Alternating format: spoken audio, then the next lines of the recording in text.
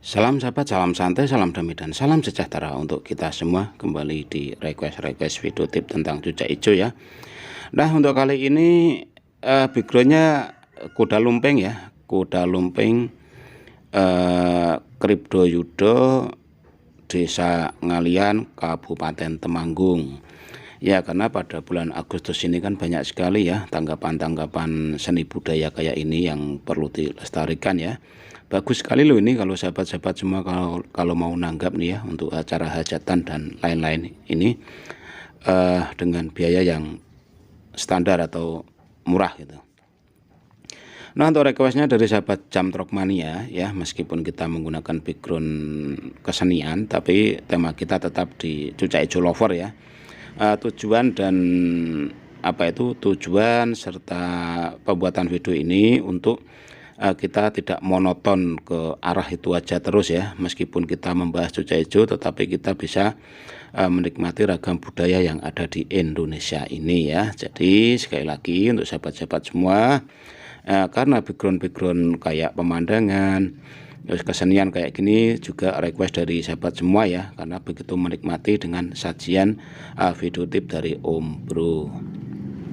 Nah, requestnya dari sobat Jamtrok Mania adalah, Om Bro, cucak hijau saya kalau lomba di awal tuh dia bongkar isian, di tengah sampai mau akhir dia itu gelondong, dan untuk akhiran dia bongkar lagi. Itu kenapa? Karena cucak hijau saya juga bisalah juara tapi cuman nominasi gitu.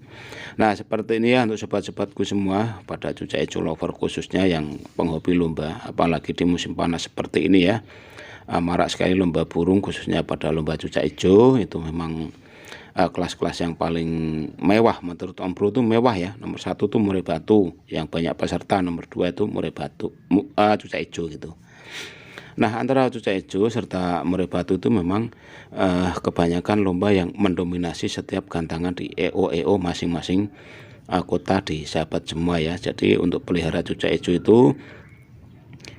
artinya itu bisa untuk didengarkan, juga bisa untuk mencari pundi-pundi amplop untuk biaya perawatan burung itu sendiri gitu ya. Nah, pada cucak hijau yang awalan itu kok gemprong-gemprong gitu ya, bongkar isian, terus mau akhir dia juga bongkar isian, tengahan dia ngelondong ya, memang bisalah dinominasi meskipun di angka 5 ke atas, mungkin nominasi nomor 6 sampai nomor 7 ya, tergantung kebijakan dari panitia mau mengambil berapa jumlah juara, karena jumlah juara itu kan tergantung peserta. Kalau peserta di atas 30 biasanya dia akan keluar 5 nominasi, di atas 40 7 nominasi, 50 sekitar 12 sampai 10, kebalik ya, 10 sampai 12 nominasi. Sekali lagi itu tergantung kebijakan dari masing-masing EO yang mempunyai tanggapan atau pagelaran lomba itu sendiri. Nah, pada cucak hijau itu kebanyakan memang seperti itu ya, karena dulu waktu Om Bro masih aktif juri burung itu memang sering sekali menjumpai burung yang seperti itu. Dari awalan dia kejar-kejar, terus dia bunyi, terus dia keluar suara isian, terus di tengahan dia gelondong, terus bahkan nanti mau akhir-akhir, mau akhir penjurian di akhiri dia kembali berbunyi sambil keluar suara isian. Nah, itu penyebabnya pada sobat semua ya, sesuai dengan pengamatan dari Om Bro yang dahulu sering malang melintang di dunia penjurian burung, sekarang sudah vakum di penjurian ya, karena fokus untuk pembuatan konten saja itu. Nah, jadi Om Bro itu di samping pemain juga juri ya, juri burung itu. Nah, jadi pekalah dengan keadaan burung, khususnya burung kicauan itu. Nah, untuk sobat semua, kenapa kok bisa bengong di pertengahan? Nah, biasanya pada cucak hijau itu kalau awalan dia kok bagus sekali, itu karena sang lawan yang khususnya yang ada di depannya atau di belakangnya, dia itu nembak-nembak biasa.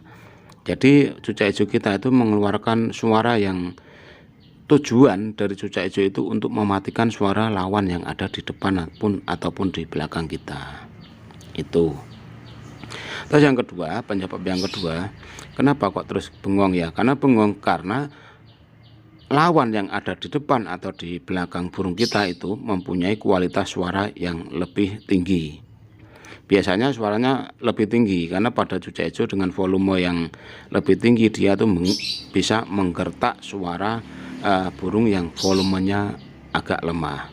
Jadi nanti pada burung yang agak lemah itu dia akan melawan tapi susah sekali mengeluarkan isian karena efek drop dan yang lainnya. Terus kenapa kok bisa kembali berbunyi di akhiran atau lomba mau berakhir ya? Karena di sampingnya ataupun dia saat dia berbalik muka, karena cucak hijau itu kan ada yang satu titik menghadap ke arah selatan, ya selatan terus, tapi tiba-tiba cucak hijau itu berbalik ke arah timur. Nah, saat dia melihat lawan yang ada di baliknya itu tadi, di belakangnya itu tadi, dia menghadap, terus dia kok suaranya kok mungkin sedikit lemah atau variasi isian itu kurang menarik, maka cucak hijau kita kembali mengeluarkan suara dengan menghadap lawan yang lebih rendah kualitas suaranya atau mentalnya lebih rendah dari cucak hijau punya kita, ataupun dia ke samping terus melirik ke samping. Tetapi kebanyakan cucak hijau itu kalau dilombakan dia melawan yang ada di depan atau di belakangnya. Jarang sekali cucak hijau itu melawan atau beradu isian dengan yang ada di samping kanan atau samping kiri burung itu sendiri. Nah, kenapa kok harus seperti itu? Nah, dari Om Bro ini menyarankan untuk sahabat semua, saat burung Anda di bawah itu sudah on, sudah keluar dan sudah bongkar isian, tetaplah dipertahankan burung itu dalam kondisi on. Ya, tetap dipertahankan dalam kondisi on sampai diantar ke bawah tiang besi. Terus solusi agar cucak hijau itu tidak maksudnya itu tidak pedot itu atau ngalah di tengah, kita pandai-pandailah memilih nomor gantangan. Nah, pada kasus yang seperti ini pada cucak hijau ya, kalau sering keok di pertengahan, silahkan sobat semua itu untuk menaruh nomor gantangan ada di pinggir. Pilih nomor gantangan itu yang banyak sekali berkumpul para penonton. Tujuannya dengan sorak-sorak dari penonton itu ya, karena biasanya kalau lomba burung ya ada yang sweet, terus ada yang quick. Nah, itu pasti ada ya. Nah, ditaruhlah di dekat-dekat situ, di nomor-nomor pinggir, mungkin nomor 1 atau nomor 7 itu nomor pinggir, atau nomor intinya di pinggir itu nantinya dengan rangsangan gemuruhnya supporter Kicomania itu akan kembali menaikkan emosi dan birahi pada cucak hijau. Yang penting jangan menggunakan sempritan ya, karena sempritan itu ya dilarang kalau di lomba ya, karena sempritan peluit itu kalau ditiup cuit nah, itu nantinya akan mudah menaikkan emosi dan birahi cucak hijau.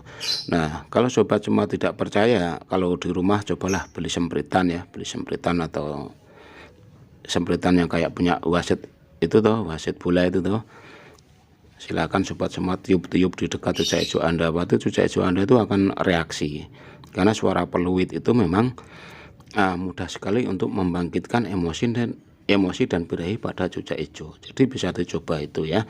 Intinya sekali lagi untuk sobatku semua ya, kalau mempunyai problem cucak hijau seperti pembahasan kita ini ya, keoknya di tengah, silahkan yang pertama itu pertahankan on cucak hijau itu sendiri, dan yang paling utama yaitu memilih nomor gantangan yang dimana gantangan itu memang dekat dengan gemuruhnya para supporter Kicomania. Nanti pasti akan berbeda hasilnya, meskipun dia terkadang ngeban ya, isian ngeban dia tetap akan keluar isian, karena untuk yang ada di samping itu di samping dia melawan lawan yang lebih enteng, karena biasanya pada burung yang sudah bagus lebih diutamakan memilih nomor di tengah. Tapi kalau yang mentalnya masih kurang bagus, biasanya ditaruh di pinggir, dan ini kesempatan Anda untuk merubah kebiasaan burung Anda itu sendiri.